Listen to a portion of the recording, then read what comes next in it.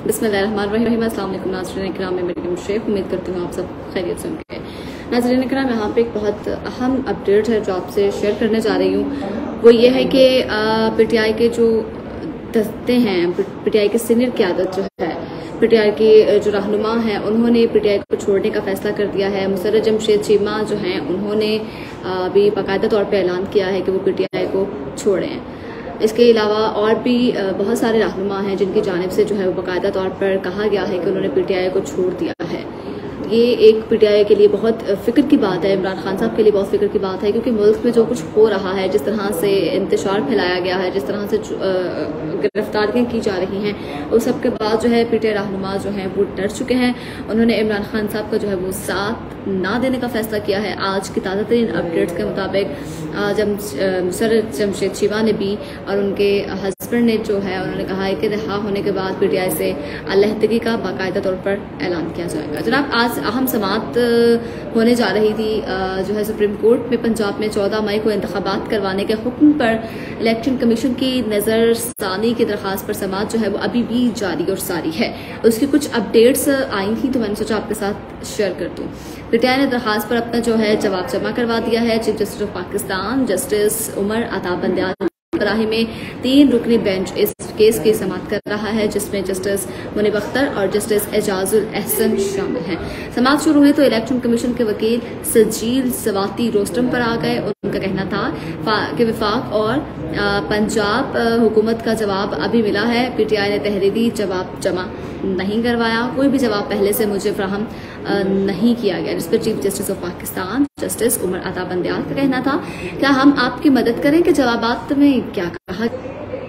जनाब, कैसे नज़रसानी दरख्वास्त में नए ग्राउंड्स ले सकते हैं, ये chief justice of Pakistan justice Umar Ata Bandial साहब की जानिब से जो है वो कहा गया है। जिस पर वकील इलेक्शन कमीशन का कहना था कि supreme court rule supreme court ने खुद आइन के तहत बनाए हैं। सुप्रीम कोर्ट क्रिमिनल और सिविल दायरा इख्तियार से बाहर इख्तियारात इस्तेमाल नहीं कर सकती। जब सुप्रीम कोर्ट की नज़रसानी का इख्तियार जो है इन्हें आर्टिकल 188 यानी 188 इख्तियारात को महदूद नहीं करता, बढ़ाता है। आर्टिकल 188 के तहत चीफ जस्टिस का कहना था कि आइन सुप्रीम कोर्ट को अपने फैसलों पर नजरसानी की इजाजत देता है, अब आप आगे चलें। इसी दौरान पीटीआई ने पंजाब इलेक्शन कमीशन से नजरसानी केस में जवाब भी जमा करवा दिया। समाअत के दौरान ही जवाब जमा करवा दिया गया। जस्टिस मुनीब अख्तर का कहना था कि पंजाब और केपीके के करोड़ों अवाम के हकूक इंतखाबात से जुड़े हैं। मुफाद आमा और पब्लिक लाइट्स में आप फर्क नहीं कर पा रहे। आप कहना क्या चाह रहे हैं ना। Chief justice of Pakistan justice Umar Ata Bandial की जानिब से ये कहा गया, हम समझ नहीं पा रहे। जबकि वकील इलेक्शन कमीशन का कहना था कि नजरसानी दरख्वास्त का दायरा इख्तियार आईनी मुकदमा में महदूद नहीं होता। जस्टिस एजाजुल एहसन ने कहा कि बुनियादी हकूक के लिए अदालत से रुजू करना सिविल नोयत का केस होता है। वकील इलेक्शन कमीशन का कहना था कि आर्टिकल 184(3) के तहत कार्रवाई सिविल नोयत की नहीं होती। जस्टिस एजाजुल एहसन ने कहा कि आर्टिकल 184(3) का एक हिस्सा अवामी मफाद और दूसरा बुनियादी हकूक का है। जस्टिस मुनीब अख्तर ने जनाब कहा, अगर इंतखाबात का मुकदमा हाई कोर्ट से होकर आता तो क्या सिविल केस ना होता। जिस पर वकील इलेक्शन कमीशन का कहना था कि हाई कोर्ट का आईनी इख्तियार सुप्रीम कोर्ट से ज्यादा है। चीफ जस्टिस ने सवाल किया कि आपके मुताबिक नजरसानी का दायरा इख्तियार महदूद नहीं बल्कि तरीक़ाकार महदूद है। जस्टिस मुनीब अख्तर का कहना था कि सुप्रीम कोर्ट नजरसानी केस में अपने दायरा इख्तियार का फैसला क्यों करे। चीफ जस्टिस उमर अता बंदियाल ने कहा कि सुप्रीम कोर्ट आइन में दर्ज अपने तमाम दायराकार को यकजा करके इस्तेमाल कर सकता है। जस्टिस मुनीब अख्तर ने कहा कि हाई कोर्ट से अपील आए तो आपके मुताबिक अदालती दायराकार महदूद है। नजरसानी केस में आपका मौक़िफ़ है कि दायरा महदूद नहीं। क्या ये बुनियादी हकूकों के मुकदमे के साथ इम्तियाजी सलूक नहीं। जिस पर सुप्रीम कोर्ट जो है उन्होंने मजीद कहा, चीफ जस्टिस ऑफ पाकिस्तान ने, कि सुप्रीम कोर्ट क्यों अपने दायरा इख्तियार में अबहाम पैदा करे। वकील इलेक्शन कमीशन का कहना था कि आर्टिकल 184(3) में अपील का हक नहीं, अपील का हक न होने की वजह से नजरसानी का दायरा महदूद नहीं किया जा सकता। Chief justice of Pakistan justice Umar Ata Bandial ने कहा कि असल सिविल दायराकार हाई कोर्ट को हासिल है। वकील इलेक्शन कमीशन सरजील का कहना था कि अपनी नोयत का पहला केस है। 24 से ज्यादा फैसले पड़े लेकिन नजरसानी अख्तियार की जो है वो किसी हद में जो है कोई हद नहीं लिखी गई हुई।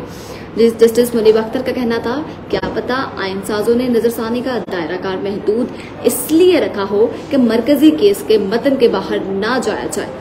हम इसको नजरसानी के बजाय एक ही केस की दोबारा समात क्यों ना कहें। वकील सजानी का कहना था कि अदालत को नजरसानी में इंसाफ के तकाजों को मद्देनजर रखना है। अदालत को नजरसानी में ज़ाबिता की कार्रवाई में नहीं पड़ना चाहिए।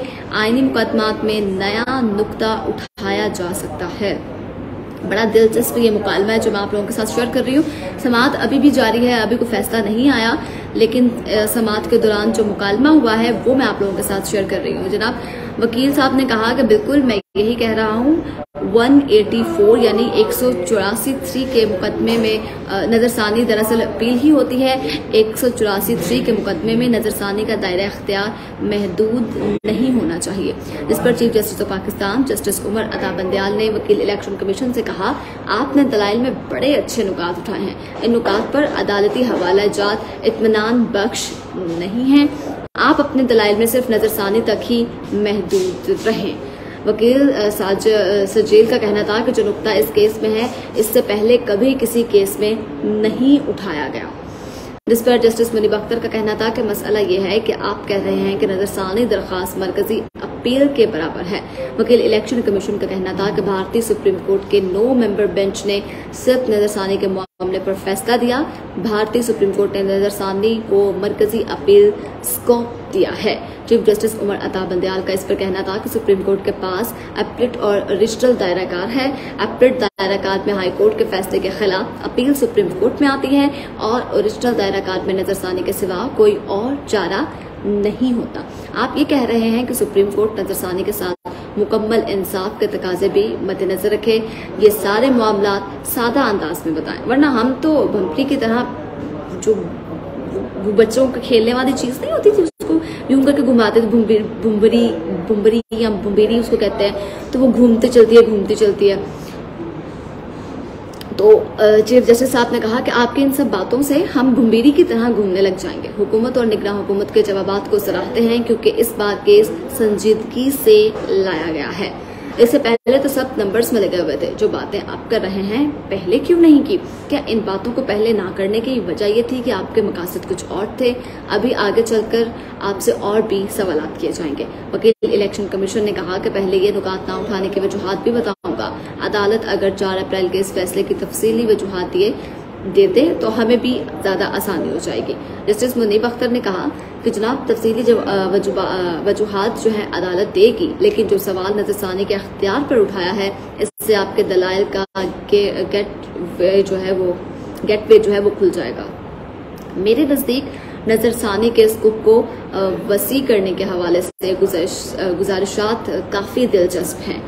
सुप्रीम कोर्ट ने केस की समाअत कल 12:15 तक मुलतवी कर दी। जनाब अभी तक समाअत जारी थी, लेकिन अब ये कहा जा रहा है कि समाअत कल दोपहर 12 बजे तक मुलतवी कर दी गई है। कल दोबारा से जो है वो समाअत का आगाज होगा और कल देखना ये बाकी है कि कल समाअत की जानिब से क्या फैसला सामने आएगा। जनाब ख्याल रहे कि सुप्रीम कोर्ट ने 4 अप्रैल को फैसला सुनाते हुए 14 मई को पंजाब में इंतखाबात कराने का हुक्म दिया था। ताहम 14 मई को डेडलाइन गुजरने के बावजूद अदालती हुक्म पर अमल दरामद नहीं हो सका। 3 मई को इलेक्शन कमीशन ने अदालती फैसले पर नजरसानी की दरखास्त दायर की थी। दरखास्त में इलेक्शन कमीशन ने सुप्रीम कोर्ट के इंतखाबात में तारीख देने पर एतराज उठाया था। सुप्रीम कोर्ट ने 15 मई को केस की समाअत करते हुए फरीकैन को नोटिस जारी किया था। Election commission, attorney general Punjab हुकूमत समेत सियासी जमातों को नोटिस जारी किया गया था। अहम समाअत थी जिसे कल तक मुलतवी कर दिया गया है। देखना यह बाकी है कि chief justice of Pakistan justice Umar Ata Bandial को क्या किन मुश्किलात का सामना करना पड़ सकता है। क्या हुकूमत जो है वो उनको टफ टाइम दे सकती है? क्या हुकूमत जो है वो उनको टफ टाइम देकर कोई गलती करेगी, या सुप्रीम कोर्ट के जो जज हैं, तीन रुकनी बेंच जो है, ये 3 रुकनी बेंच के जजेस हैं, इनको किसी किस्म के खतरात लाहिक हो सकते हैं। जनाब कल की समाअत है, उसके बाद ही कुछ बहुत सारी नई चीजें, बहुत सारी न्यू अपडेट्स सामने आएंगी। उम्मीद करती हूँ आपको वीडियो पसंद आई होगी। अगली वीडियो तक के लिए अपने मेजबान मरियम शेख को दीजिए इजाजत। अल्लाह निगहबान।